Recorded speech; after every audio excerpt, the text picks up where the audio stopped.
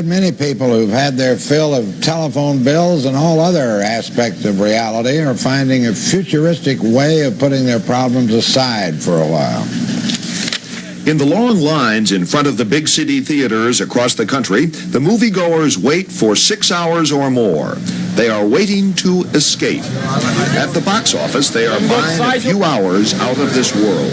The film is called Star Wars. It and other recent Hollywood offerings are obviously giving the public what it wants: total escape cinema.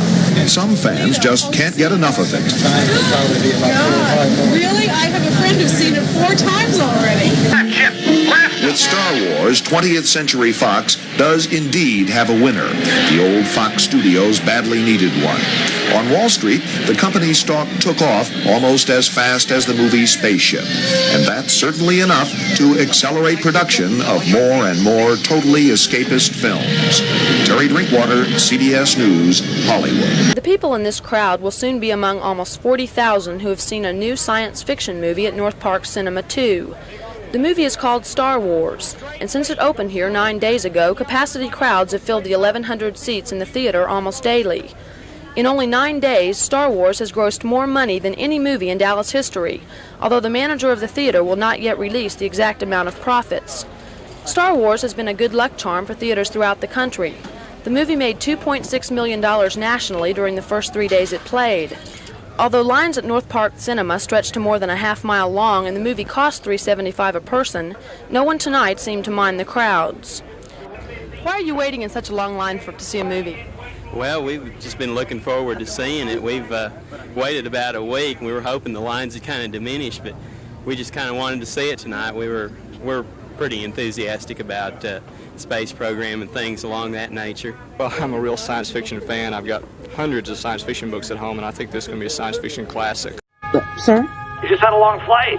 Maybe you should stretch your legs.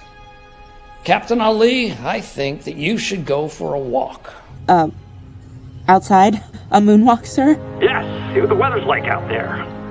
Need me to say it twice? No, sir.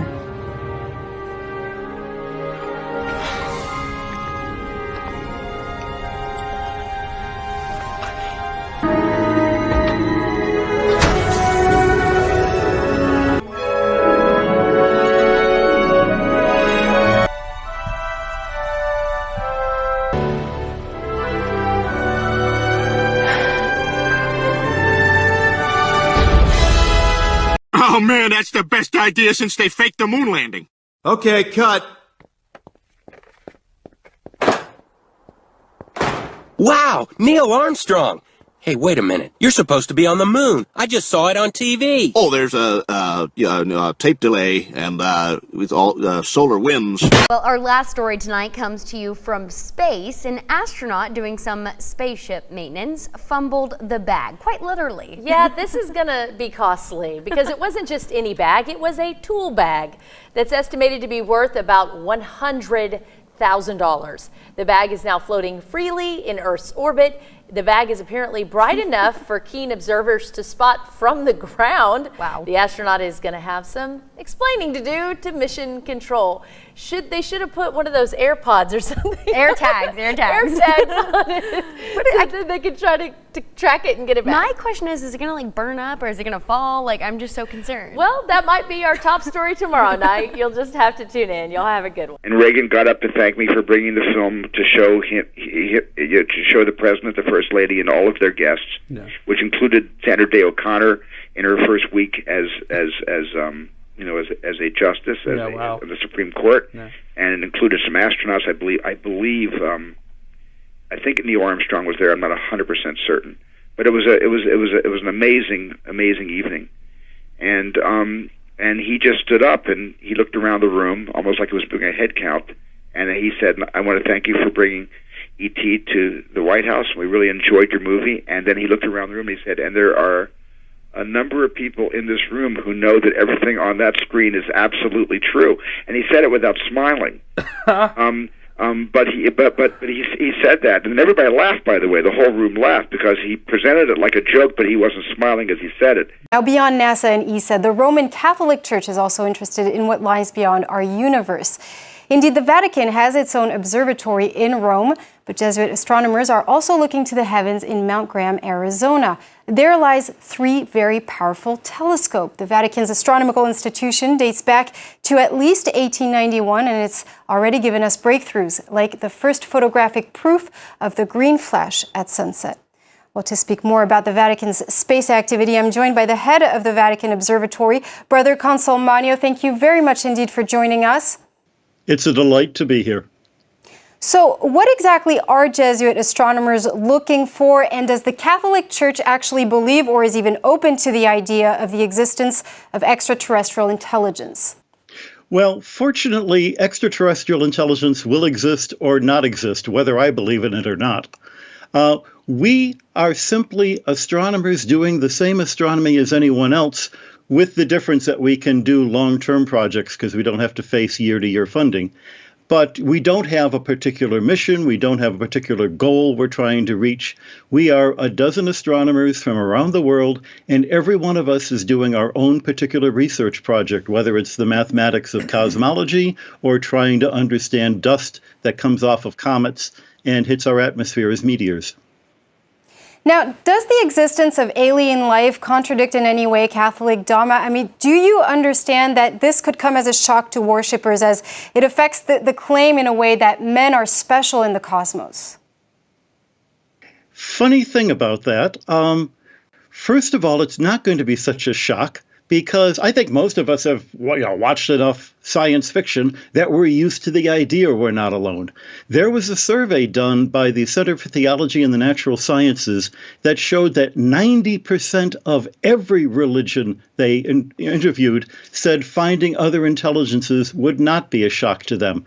I think the bigger shock really was back when they discovered human beings living in the Americas. And we've gone through that. We're ready to accept that any creature in the universe that was created by the same God who created us, is in the same kind of relationship as the rest of us. Now, has the Catholic Church always been interested in space? And is it true that certain medieval Catholic art pieces, for instance, portray things like UFOs? I'm referring, for instance, to the Madonna with St. Giovannino or the Annunciation with St. Emilius. If you identify these as UFOs, you're putting your own interpretation in what the artist was showing. But you can look at the Giotto painting of the Annunciation, of actually the Nativity in Padua, with Comet Halley above it. The medieval universities, which is where science got started, had 4 subjects that everyone had to study before they could go on to theology or philosophy. There was music, there was arithmetic, there was geometry, and there was astronomy. Understanding the universe is important if you have a religion like ours that says God made this universe. And that means we can understand God's personality by seeing how the universe works. A couple of years ago, I was asked to do a Bible study group. I'm thinking Catholics don't do Bible studies, you know. And to do a Bible study group in Houston. I mean, Catholics definitely don't do Bible studies in Texas. To do a Bible study group in Houston with a bunch of astronauts. Astronauts, oh, I could do that, yeah. So I wound up at a dinner evening of about 12 couples, all of them astronauts and spouses. One of the guys, half of them were Catholic as it turns out, so much for Catholics not doing Bible studies. One of the guys came up to me and said, you know, I just want to let you know, I believe in the absolute truth that creation was made in the 6 days just as described in the book of Genesis. And that's my religion. I just want to let you know that ahead of time. And I'm thinking, you know, have you actually read Genesis? Where it says the world is flat and it's covered with a dome and there's water above and below the dome, you know. Where does the shuttle go? How come you don't get wet? But then he told me a little bit more. He said, you know, before he was an astronaut, he was a test pilot. Test pilots, you don't want to have the habit of creatively reinterpreting their written instructions. And that's true of computer programmers, and that's true of engineers in general. These are people whose world depends on them literally interpreting the material that they've been given. And so to them, the Bible is just another owner's manual, because that's the way they view the world. Whereas in the ancient world, you know, what are the oldest books we have? The Iliad, the Odyssey, they're poems. They're books of poetry. And the world was interpreted in terms of metaphor and simile. And of course, the crazy thing is, science itself is metaphor and simile. Newton's equation for the fall of a rock due to the laws of gravity is a poem. It says the path of this falling rock is like the solution to this equation. It's not that they're the same thing. And you know, the sad thing of that statement about evolution being proved, evolution is not going to be proved. Nothing in science is ever proved. Science describes, it doesn't prove. What is gravity? You have no idea. Okay, next question. I don't know. Nobody in the entire world knows why that falls. So what is pushing this? Here. Why does that fall? Newton didn't know. We can describe it pretty accurately, but no one knows why. We can describe gravity. We can say what it does to other things. We can measure it, predict with it. I don't need a computer to get a kid interested in that. To spend a week playing with gravity and trying to understand it and come up with reasons why. So what is pushing this? I don't know. Nobody knows why. So Newton simply threw his hands up and said, I don't know. So I'm going to invent something called gravitational pull.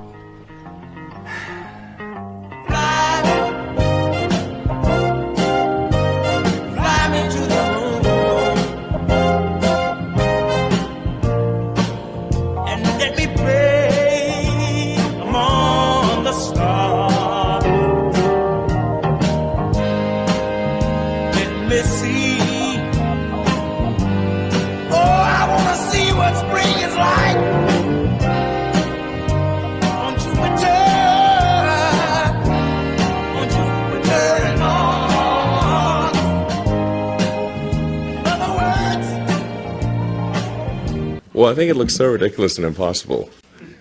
And you can tell it's real because it looks so fake, honestly. Not so fast, Lone Star. Helmet.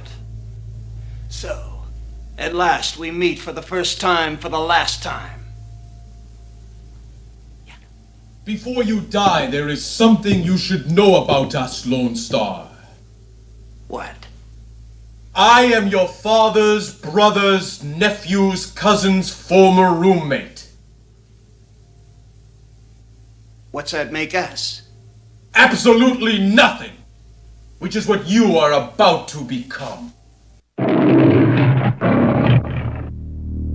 There is a new reason to stop in the Bay Area. ABC 10's Marcus Allen joins us live at the Craneway Pavilion in Richmond. So Mark, I understand that people can get a taste of outer space as we look at the beautiful San Francisco this morning. Yeah, they can. I wanted to show you that shot across the bay. You see the abyss beyond it, the skyline. And speaking of abyss, yes, we are sending you to space, specifically the International Space Station. I didn't realize how close this is. About an hour and 15 minutes for me this morning. It'll be the same for you. And it launches today, going on through the end of the year, a chance for STEM students, or for that matter, anybody in the human race to go to space. Take a look. Space Explorers The Infinite is a multi-educational and Emmy Award-winning one-of-a-kind experience opening this weekend for an exclusive Northern California run at the historic Crane Docks in Richmond. It's an extraordinary opportunity for all to board the space station, but its application to science, technology, engineering, and mathematics, or STEM-based educational programs, is also being embraced by school systems. I'm fascinated by the power of these virtual reality experiences to create empathy and to create connection. So we'll see where that takes us. The annual Quahog Star Trek convention, where once a year sci-fi buffs take their lips off the barrel of a loaded gun and spend half a day adjusting their eyes to sunlight.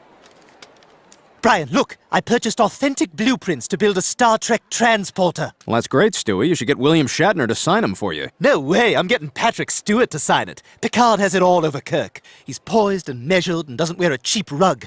Rather, he accepts even baldness with a quiet cool that says, I am in command. You are safe with me. I will cradle you in my arms through any crisis in any galaxy. Are you queer? Probably. This convention has everything. You can even try on LeVar Burton's visor. Elon Musk is taking fire for agreeing with anti-Semitic posts on X, his own company's platform. I want to bring back Aaron Katersky, who's tracking this. Good morning, Aaron. George, good morning again to you. On his social media network X, Elon Musk called an anti-Semitic conspiracy theory that Jews promote hatred against whites the actual truth. Musk posted agreement with the false claim that Jewish communities have been pushing the exact kind of dialectical hatred against whites that they claim to want people to stop using against them. Musk has been criticized before for trafficking in anti-Semitic tropes and conspiracy theories, and some influential figures have left X to protest the proliferation of unfiltered hate speech on the platform. Now, in later posts overnight, Musk appeared to backtrack from his earlier remark, saying Jewish genocide is unacceptable to any reasonable person, and hatred of white people does not extend to all Jewish communities. But then he took aim at the Anti-Defamation League, which he said unjustly attacks the majority of the West and promotes anti-white racism. We reached out to a representative for Musk who did not immediately respond this morning, but White House National Security spokesman told George, John Kirby told George, somebody like Musk, the world's richest person behind Tesla and X, somebody like that stoking anti-Semitism is reprehensible and unacceptable. Robin? He was very strong about saying that. All right, Aaron, thank you. Why would he wear these? Now, the cast and I would be happy to answer a few questions. Oh, yes, so many questions. Me, Mr. Stewart, Mr. Stewart, Mr. Stewart, Mr.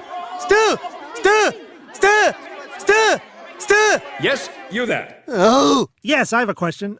Oftentimes my household sponges accumulate an awful amount of buildup.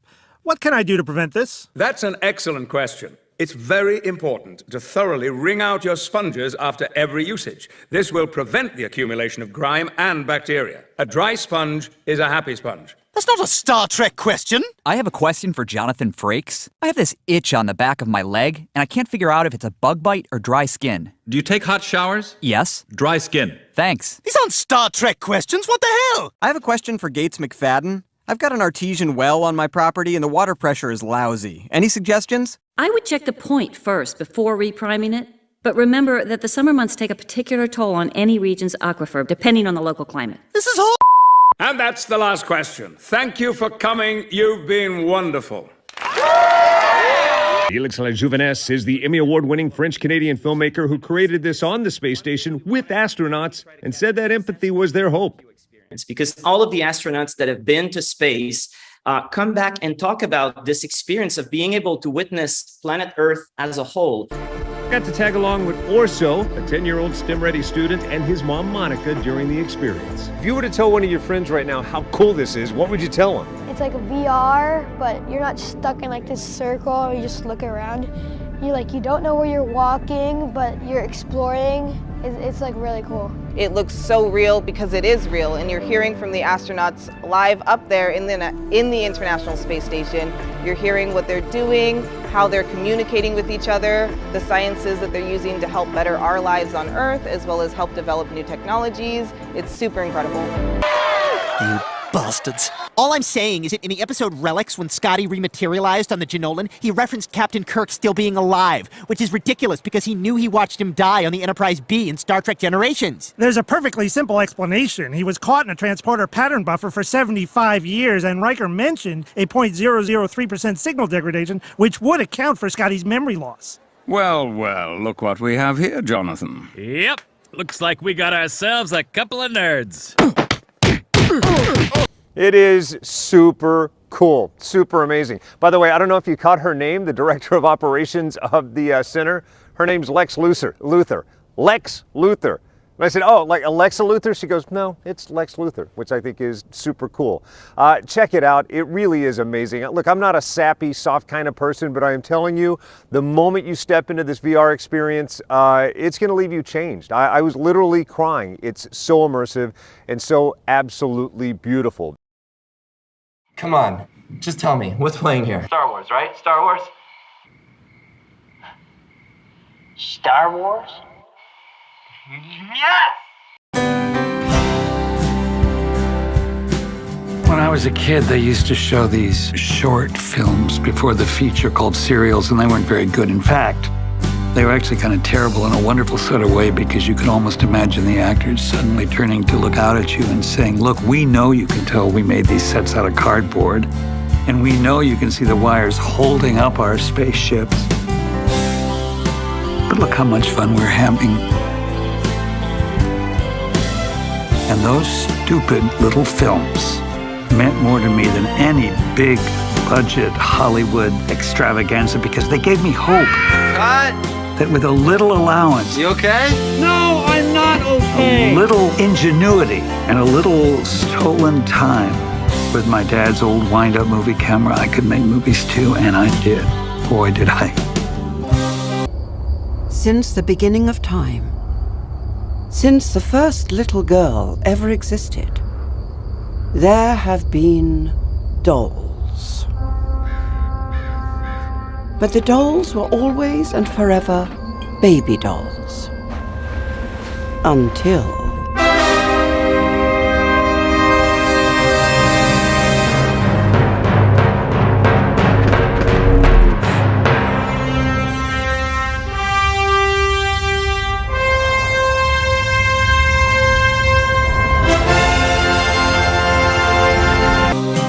How much do you want to be a director, Patrick? I want it more than anything I've ever wanted in my life. Hi. Are you really sure about this? Do you need to be one? Then you might just make it.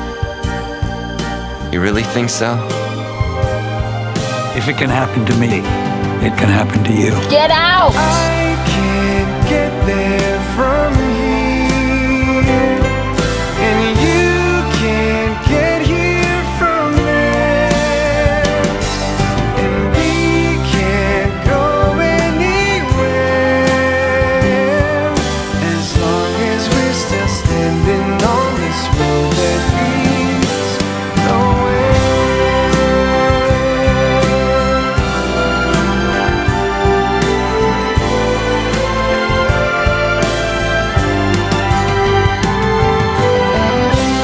Just remember something.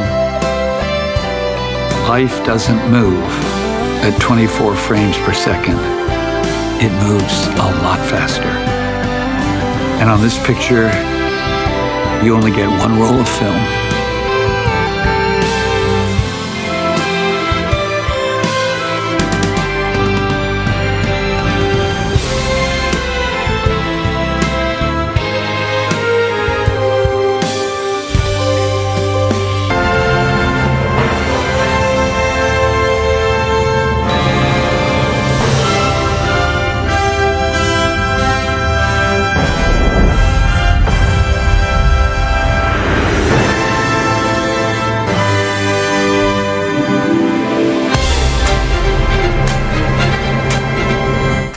Historical, you should know that used to be a Ford assembly plant. World War II came along, they gutted it, they started assembling planes. It's where Rosie the Riveter was launched. That phrase was coined from right here, and now it's taking you to space. Definitely something to consider now through the end of the year. Look at me, I'm getting all geeked out, excited about it. I can't wait to get back in there with you guys. Mark, that is so awesome. Just speaks to the attention to detail there, that it could move you so much, and gives people a closer look at space before we could actually get there.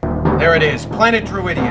And underneath the air shield, 10,000 years of fresh air. We must get through that air shield. We will, sir. Once we kidnap the princess, we can force her father, King Roland, to give us the combination to the air shield, thereby destroying planet Druidia and saving planet Spaceball. We're never going to stop exploring the unknown in air and space. We're not going to stop innovating for the benefit of humanity and inspiring the world through discovery.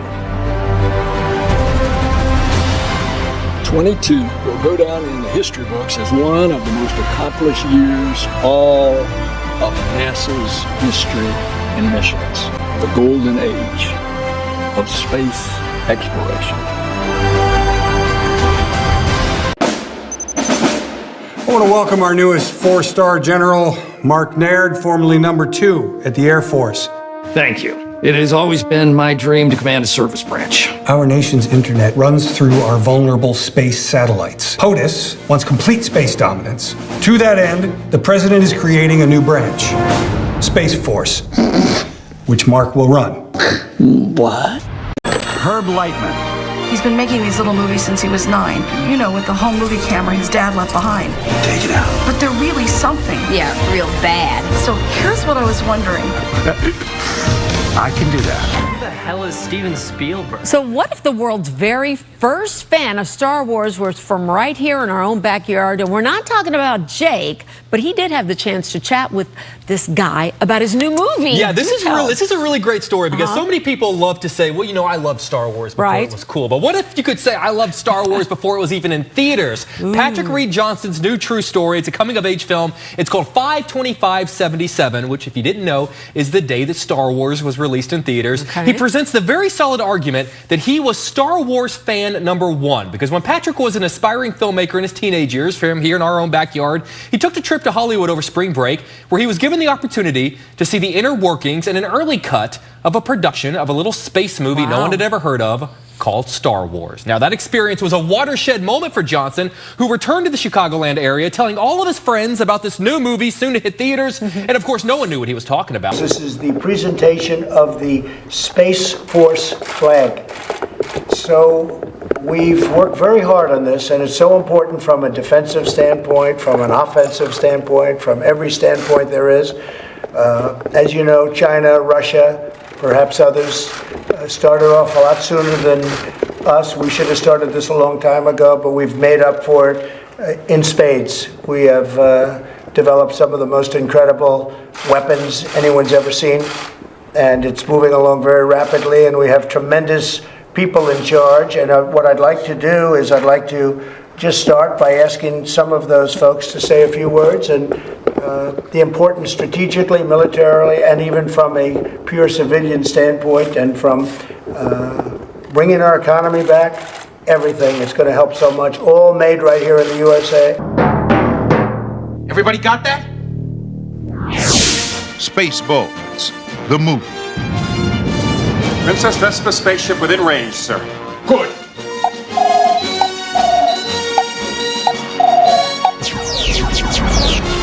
What's going on? It's either the 4th of July or someone's trying to kill us. Now we will show her who is in charge of this galaxy. If you do not give me the combination to the air shield, Dr. Slotkin will give your daughter back her old nose. Only one man and his trusted companion can save planet Druidia from disaster. Okay, Eagle 5, coming in. Lone Star. First, they must learn the secrets of yogurt. Yogurt? I am the keeper of a greater magic. The Force? No, the Schwartz. However, it would go on to shape the storyteller and the filmmaker he became today, which is the story told in his new movie, 5/25/77. And I spoke with Johnson about capturing that moment in history, both movie history and his own.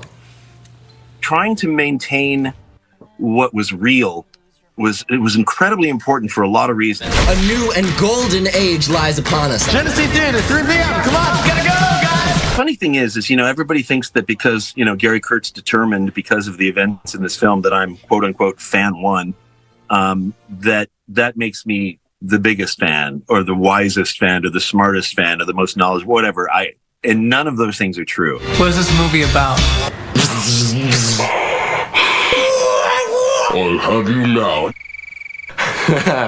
When Star Wars finally did come out, and I told you, haha, you know, I saw it 28 times in the first 30 days of release, right? Star Wars was a catalyst for me. It was a thing that said, you can do this. Because the guys that were working on it said, you can do this. We're making this out of things you find lying around your garage, man. Avoid capture on a distant planet. Tell them to comb the desert, you hear me? Comb the desert! Found anything yet? We ain't found... All right. I think I'll have some water in this painting today. I love water. It's easy to paint. And we'll use that same old phthalo blue. Just add a little more onto the brush. Now, still water is always level. And I think today, let's have still water. So pull from the outside to in, like so. That's all there is to it. Now, still water is always level. Now, still water is always level. Now, still water is always level. Now still water is always level. Now still water is always level. All right, it's reaching altitude. Hits the dome and curves and starts falling down.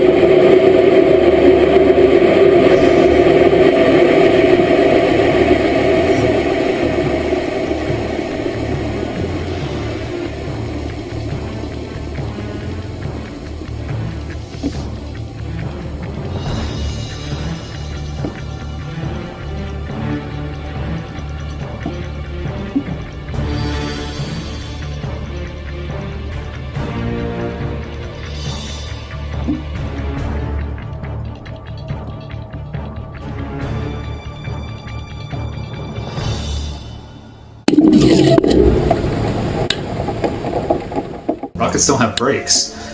It literally stopped. All of that angular momentum from the rotation of the rocket and the linear momentum from flying up just stopped. No, it had to have hit something. What would it hit? If it hit a solid surface, the rocket would have been destroyed.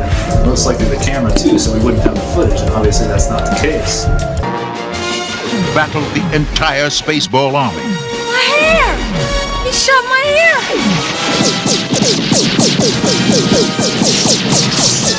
Holy!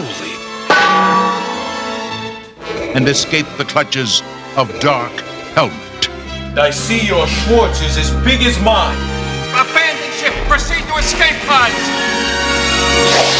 What the hell's the matter with this seatbelt? Ah! When does this happen in the movie?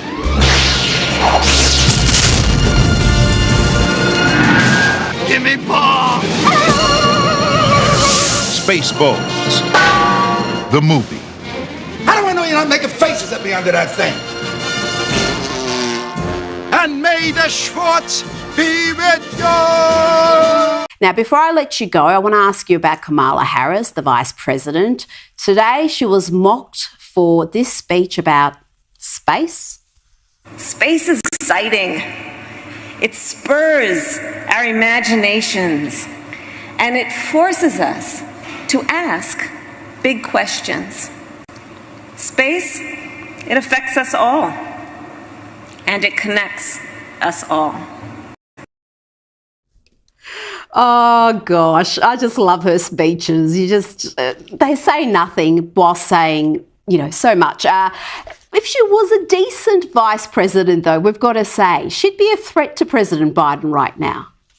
That's actually really ironic, because it's true that you've got a president who's very weak and very unpopular, and that would be sort of a gift on a platter to the vice president. But I think all indications are that come 2024, she is probably not going to be the leading candidate, as otherwise the vice president would be expected to be. Oh, well, yes. Who knows who that's going to be? There's all sorts of conjecture. We might have Hillary back. Michelle Obama's name's being floated. They don't have that much talent in the ranks. Kosha Gadda, thank you so much for joining me tonight. Communities used for years and years and years. The North Star signifies our core value, our guiding light, if you will. And the orbit around the globe signifies the space capabilities that fuel our American way of life and our American way of war. You can go ask the Chinese, who formed their space agency in 1996, why in the world they're using a hypersonic wing design from the 1950s as their official logo. Then you can ask the Japanese, the South Koreans, Taiwanese, Malaysia, Mexico, Iran, all of these countries, even Bulgaria. They all utilize the vector symbology in their space agency logos for their national space agencies. It gets even deeper. You can go look at the individual manned program patches for NASA. The Mercury program, for example, a blatant use of covert symbology. In every logo dealing with the Mercury program, you'll see what looks like a number 7 in their logo. And again, NASA's official story is that they put this number 7 there so that they could pay homage to the original 7 Mercury astronauts. Kind of forgetting the fact that only 6 Mercury astronauts actually flew into space, because number 7 never did. Deke Slayton had a heart problem, so he didn't get to go up. So there were only 6 Mercury astronauts. Yet there's a 7 in every single logo. That's in the official mission or official program insignia for Mercury, as well as the 6 individual mission patches carry this logo. That's great. I'm going to do this for Roger. Here, Roger. Please don't put this on eBay tonight. Here, Roger. Come here, Roger. Then we're going to sign. Okay. Roger, that's for you. Thank you so much. That's for you. Thank you. Thank you very much. Thank you. Okay, so let's do it. This is great stuff.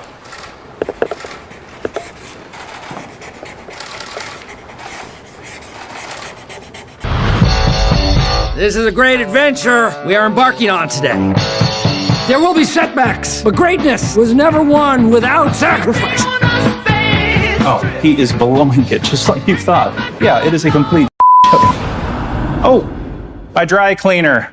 Yeah, they lost my dress wipes.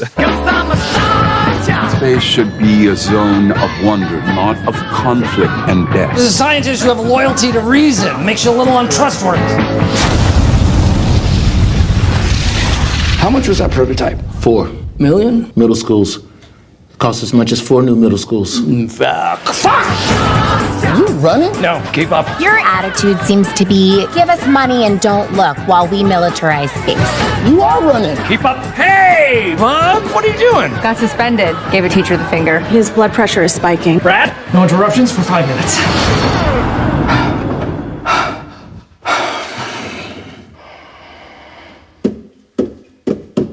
Aruba, Jamaica. Ooh, I wanna take you.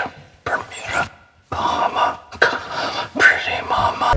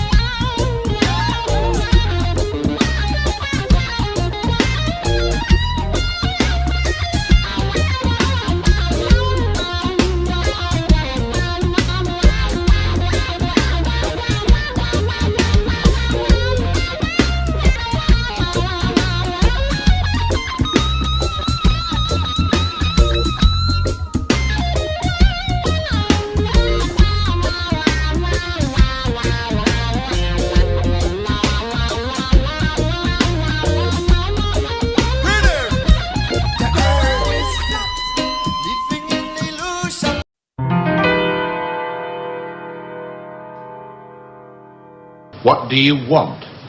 We'd like you to help plan the news for 1973. Come again? Plan the news for 1973. This is going to happen in 1973. You're going to make this happen? No. We're going to make models, much cheaper. Then we photograph the models. Fake newsreels? Fake newsreels. For the past 10 years, people have been looking at our fake newsreels and listening to our fake commentaries. And they accept it for the truth? And you can do it. Stop 100 people in the street. How many of them have actually seen a missile or a satellite? They're just told they exist and they believe it. Yes, you're getting there. I knew you would.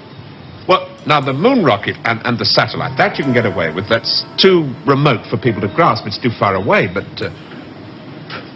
this... I mean, you invented this village on the Indo-Chinese border. Oh, yes. Well, somebody could check up. Very mountainous territory up there. There'll be no survivors in 1973. No rescue work. Radiation scare. Yes.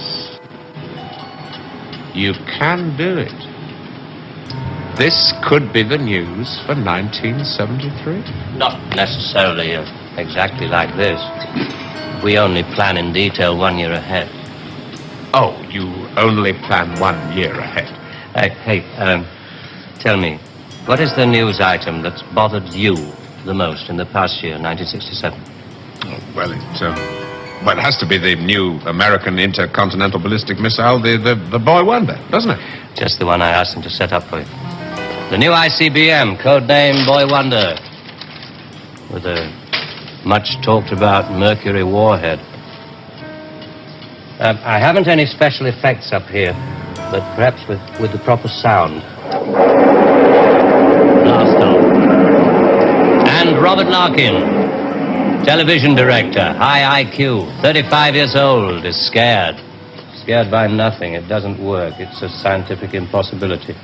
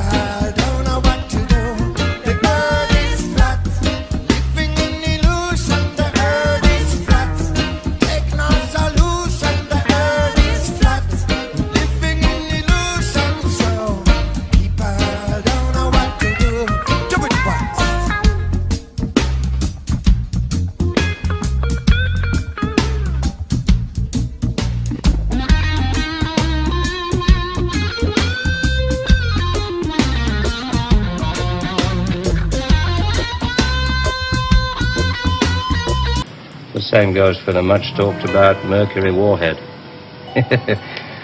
Perspex. Well, if this rocket doesn't work, then the others? They have a fireworks party at Cape Kennedy almost every other day. Well, You didn't really believe there were all these things whizzing about up there, did you? Sputniks and rockets? Astronauts crossing their legs for 8 days.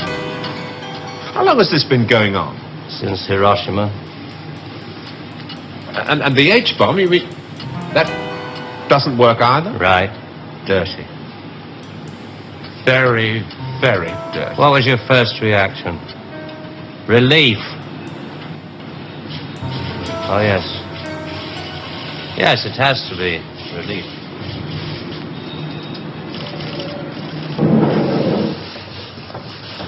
Only 12 people are allowed beyond this point. Most of them work in the photographic department, taking phony newsreel pictures of our models and processing film and so on. Sit down, please. In Vietnam, hundreds of people are being killed every week. Well, you can't do that with your models. No. And you can't kill people of bad habits in 2 generations. They like to carry rifles, they like to put lives on maps, and we let them because we control the situation. There's no danger of world war. Just a simple choice for everybody, capitalism or communism, strawberry or vanilla. It all adds up to the same thing now we've got rid of the big bangers. Well, how can you be sure that Johnson, Kosygin aren't working on other things? Poison gases, bacteria. Pathetic, man of your intelligence. You don't want to destroy the world, neither do I. What makes you think that presidents are different? Well, they've made some pretty good stabs at it in the past. There wasn't the right sort of control then. Nowadays we know better. Politicians are easy to control.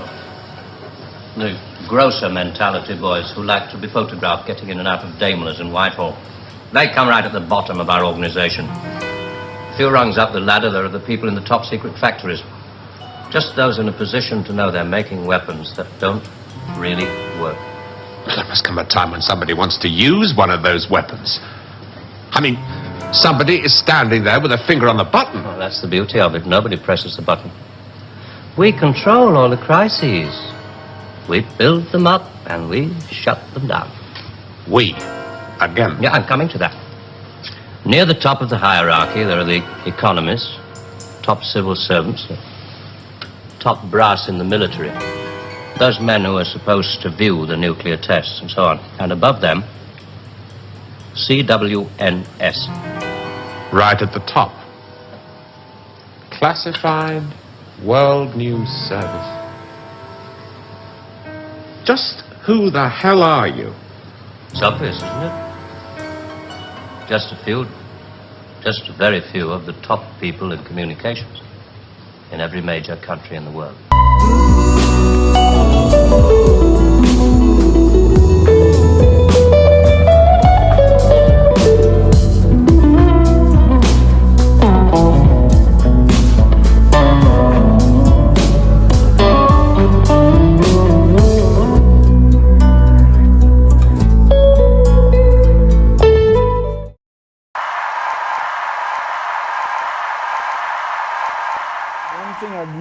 Your generation to embrace is that the Earth is a closed system. We cannot leave the Earth. There's no place to go. Rockets don't have brakes. It literally stopped. All of that angular momentum from the rotation of the rocket and the linear momentum from flying up just stopped. No, it had to have hit something.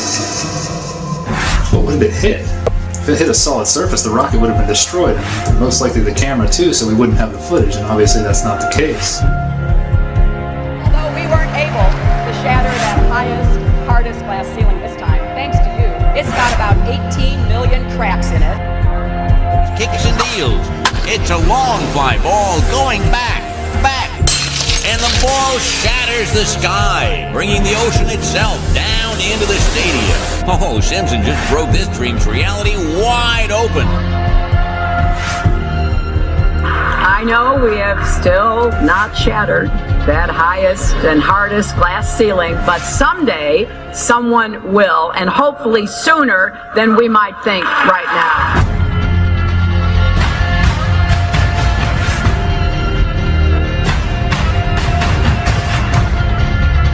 There's no place to go. Although we weren't able to shatter that highest, hardest glass ceiling this time, thanks to you, it's got about 18 million cracks in it. And it may be hard to see tonight, but we are all standing under a glass ceiling right now. People figured out that we were an enclosed system. The more advanced we got, it would be the biggest thought on our minds. That's all we care about. You could make a wildlife preserve 1,000 miles square. All people, all human beings would do is just be knocking on the fence constantly, going, why is this fence here? Who built the fence? Why are we in here? And so on and so on. We choose to go to the moon in this decade and do the other things, not because they are easy, but because they are hard. Because that challenge is one that we're willing to accept, one we are unwilling to postpone, and one we intend to win. Drink the astronauts took to the moon. Astronauts to the moon. Importantly, I'm hereby directing the Department of Defense and Pentagon to immediately begin the process necessary to establish a Space Force as the 6th branch of the armed forces. That's a big statement. Aliens are going to be gone fast. The American astronaut embodied the incredible spirit of America, the confidence of a cowboy, the skill of a fighter pilot, the ambition of a scientist, and the courage of a true, brilliant, tough warrior. We are going in with first wave. You smash the entire area. You kill anything that you get me. We get you, sir. But they will face an enemy more devastating than any ever imagined. Just get a camera and start making movies. What do you think? That one of these movies is going to end up being seen by anyone other than you, me, and your mom? Could your story happen today? One of the great differences between when I started and now is that there are millions more people who believe they can, and they believe it with scant evidence that it's true, but just because they want to, or because they're all telling each other, I can do better than Kathy Kennedy. Oh yeah? Give it a try. What I do think is the democratization of technology by the fact that my iPhone that we're doing this on, you can shoot a feature film, a really good feature film with an iPhone, no question. And you don't have to start screaming, yeah, but you need all the studio lights and you need this and that. You don't need all of that. You don't. There are amazing, beautiful, brilliant films being made by people who have an iPhone, some lenses, and a bunch of dedicated people, and they have a story. To everybody else, movies are something to do when you're tired of real life. To you, real life is something to do when you're tired of watching movies. Does the president believe in the existence of UFOs? Somehow that question hasn't come up in our back and forth over the last couple days, but I will check into that and be happy to circle back. And as I said, they will be met with fire, fury, and frankly power, the likes of which this world has never seen before. We're under attack, sir. We need retrieval now. We're going to have the Space Force. Someone made a damn mistake. Somebody criticized me the other day because they asked me what I do, and I said, I'm going to bomb the shit out of them. They've got to be stopped. TriStar Pictures takes you to the front lines. Get them out of here! Get out! Kill them all! Space Force. Troopers. Bodies in the sand. Tropical drinks melting in your hand. We'll be falling in love to the rhythm of a steel drum band. Down it goes. Jamaica, ooh, I wanna take you to Bermuda, Bahama, come on, pretty mama, Key Largo, Montego, baby, Montego. 50 years ago, our country put a man on the moon. Well, guess what, kids? We're going back.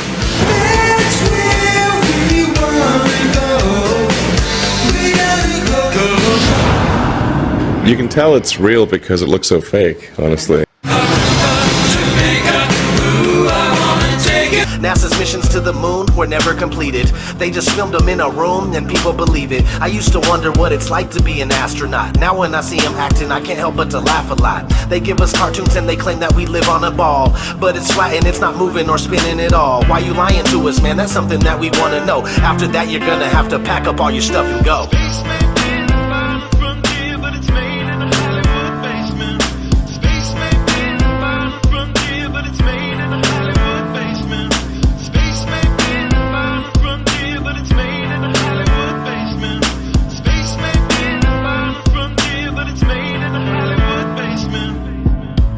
history has been rewritten by winners of wars. The Jesuit order, Khazars, Freemasons, and more. They pulled the veil over our eyes, and it's time to awaken. Through organized indoctrination, our minds have been taken. It's time we take our power back and we rescue our people. The Vatican and the bankers are like Resident Evil. They may have had the greatest plan that was ever concocted, but Illuminati never thought that they'd ever be spotted. They're manufacturing reality all in our heads. They tell us if the earth is flat then we'll fall off the edge, but if it is a spinning ball we won't fall off it then. And gravity is our imaginary magic friend. Why is water always flat when unmanipulated? Why are pictures of the earth computer generated? Why you lying to us, man? That's something that we want to know. After that you're gonna have to pack up all your stuff and go.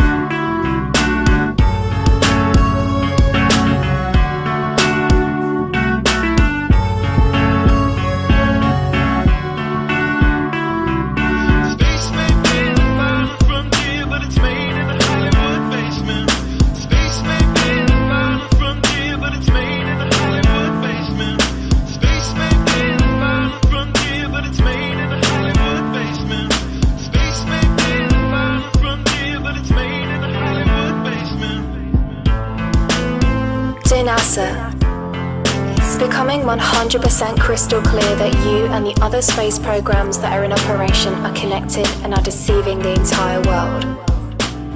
More and more people are waking up every single day, and we are now able to see right through you.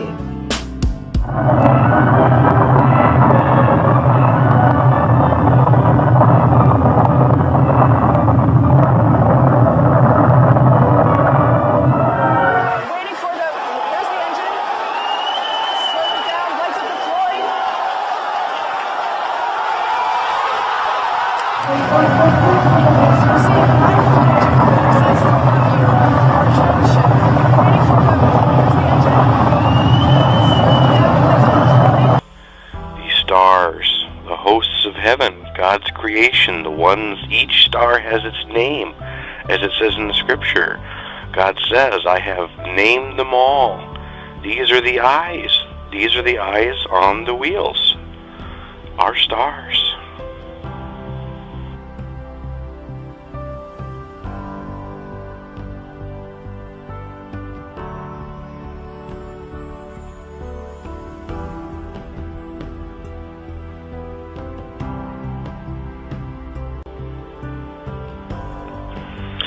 I just can't help but to quote from Isaiah 40:26.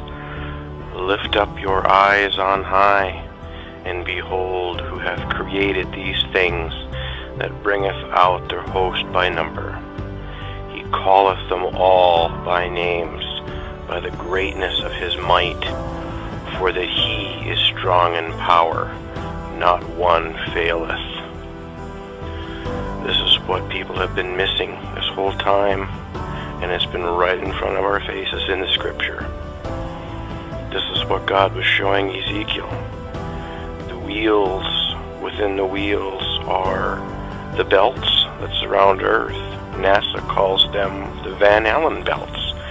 These are the invisible belts of magnetic energy within the torus. They keep everything in motion, everything moving like a fine-tuned clock. All the eyes that Ezekiel saw was the stars. All the stars are created by God. They are the luminaries. That is what makes up all the eyes that is being spoken of. What Ezekiel saw was the absolute pure beauty of our home that God created for us. This is what Satan wants you blinded to. This is the absolute magnificence that Satan doesn't want you to see. This is why they mockingly show you that image in Game of Thrones and other movies, the wheels within the wheels over the flat plain earth. They're showing you the truth right in front of your face, and they laugh because you don't understand and you don't see. This is the beauty. This is the sheer, absolute beauty of the world that God created. And He called it good.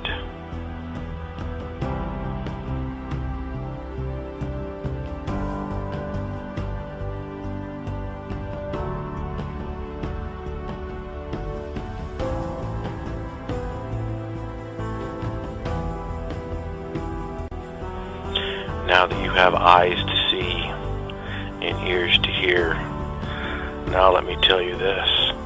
These wheels that we see, these bands that move like a clock, this is how the sun and the moon do what they do.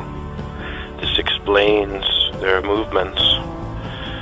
It's all about magnetic energy. It's all about the magnetic fields. This is how they're frictionless and how they move in perfect unison. And just as it states in the book of Enoch, through the movement of these wheels, we see how the sun and moon will go through their vaults and rise and return in different areas. This is what the globe has blinded people to. The absolute truth of what God said all along. It has been here the whole time in the scriptures. Instead, we choose to listen to NASA. Instead, we choose to listen to the idiot box. Instead, we choose to listen to scientists, and we heap amongst ourselves teachers that teach us absolute lies to keep us in the dark. When God's been saying the whole time, just look up. Look up at what surrounds you. I made this for you. That's all God wanted to say. Just take a look. I'm here. I am right above you.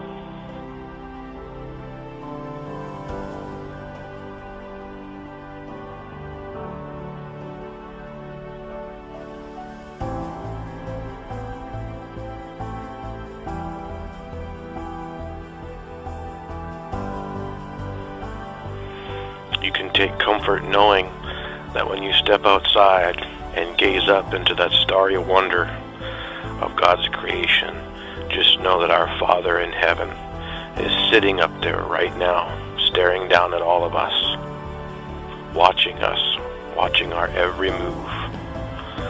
He knows everything that's going on down here. He has not missed anything.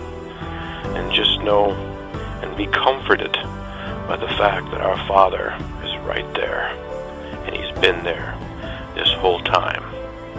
This is something that the world and NASA and the scientists can never take from us, ever. Even the lying powers and signs of Satan that are coming, the lies of the fallen angels and the lies of the world that are going to be ever increasing, will still not rob this from my heart. And they will never rob from me my faith in Jesus Christ, the King of Kings and the Lord of Lords.